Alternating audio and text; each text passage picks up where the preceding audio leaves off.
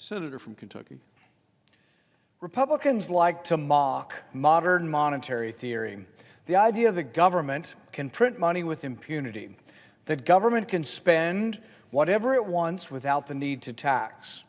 Modern monetary theory is basically the Dick Cheney deficits don't matter crowd, trussed up with a new fancy title.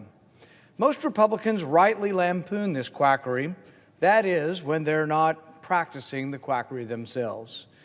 Today, many of these same Republicans will vote for a bill that makes modern monetary theory look like child's play in comparison.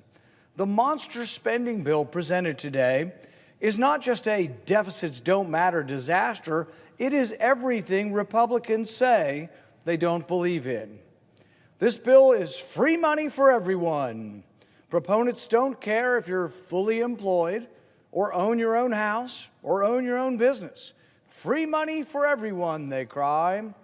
And yet, if free money were the answer, if money really grew on trees, why not give more free money? Why not give it out all the time? Why stop at $600 a person? Why not $1,000? Why not $2,000?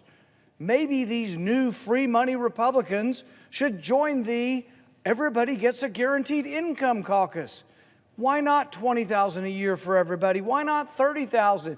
If we can print up money with impunity, why not do it? The Treasury can just keep printing the money. That is, until someone points out that the emperor has no clothes and that the dollar no longer has value. To so-called conservatives who are quick to identify the socialism of Democrats, if you vote for this spending monstrosity, you are no better. When you vote to pass out free money, you lose your soul and you abandon forever any semblance of moral or fiscal integrity. So the next time you see Republicans in high moral dudgeon claiming and complaining about spending of Democrats and socialism, remind them if they supported this monstrous bill that really the difference between the parties is less Adam Smith versus Marx and more Marx versus Engels. How bad is our fiscal situation? Well, the federal government brought in $3.3 trillion last year and spent $6.6 trillion. The deficit last year, a record-busting $3.3 trillion. If you're looking for more COVID bailout money, we don't have any. The coffers are bare. We have no rainy day fund. We have no savings account. Congress has spent all the money long ago. The economic damage from this pandemic is not the reason for this runaway spending. This spending's been going on for decades. Every year, even before we get to all the extra COVID-free money, we've been spending $1 trillion we don't have. Today's money is gone. So Congress is spending tomorrow's money. The spending chart is a red line of red ink that goes on forever. When we talk about spending tomorrow's money, it's not just the money that we need next month, it's the money we might need in a decade. It's the money we will need in 1, 2, 3 generations from now. For national defense, for infrastructure. This is the money that your children and your grandchildren will pay back with interest. The deficit doubling and tripling. Under George Bush, it went from $5 trillion to $10 trillion. Under President Obama, it went from 10 to 20 trillion.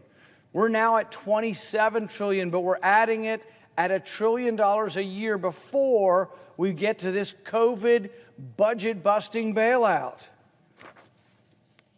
Every tax-paying American already owes over $136,000, and they're staring at projections into the future that show no end. We are $27 trillion in debt today. How do we expect a child to have the economic opportunity when this crushing debt is their inheritance from Congress? The numbers are mind-boggling. It's hard to conceive of what $1 billion is, much less $1 trillion. How big is a billion? Well, 1 billion seconds ago was 1988, and Reagan was president. 1 billion minutes ago Jesus walked the shore of the Sea of Galilee. 1 billion hours ago, man still lived in caves. But $1 billion ago was just 80 minutes ago. $1 billion ago, at the rate Congress spends money, was just 80 minutes ago. All of this should be setting off alarm bells. But the only alarm bells in Congress are sounding the alarm for more spending and more debt. No cuts, no offsets, no pay-fors, no prioritization. Just print it up. Print up more money and give it out to everybody because it's free money. Come and get yours. Well, the getting's good, but it leads to a mountain of debt. Spend all this money and leave the future to figure itself out. John Maynard Keynes was once asked, what about the long run? He said, in the short run, you can make a stimulus, you can print money, and you can give it to everybody. And Maynard Keynes, his response was, in the long run, we'll all be dead. No concern for the future, only for the immediate. Our budget deficit for 2020 was $3.3 trillion, but this new spending package will also give us another $2 trillion in the next fiscal year.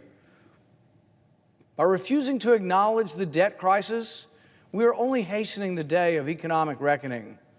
Total debt was 55% of GDP just 20 years ago. Today, it's 128% of GDP. So our total debt is more than our GDP, 128% of our GDP. The World Bank estimates there's a tipping point of debt to GDP at about 77%. Every percentage point costs another tenth or so of economic growth. So every year we're giving up somewhere between 5 to 8% of growth every year because of this burden of debt.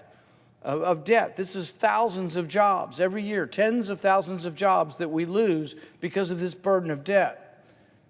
We are borrowing and worsening this debt crisis in part because too many governors and mayors have imposed heavy-handed restrictions that crush business.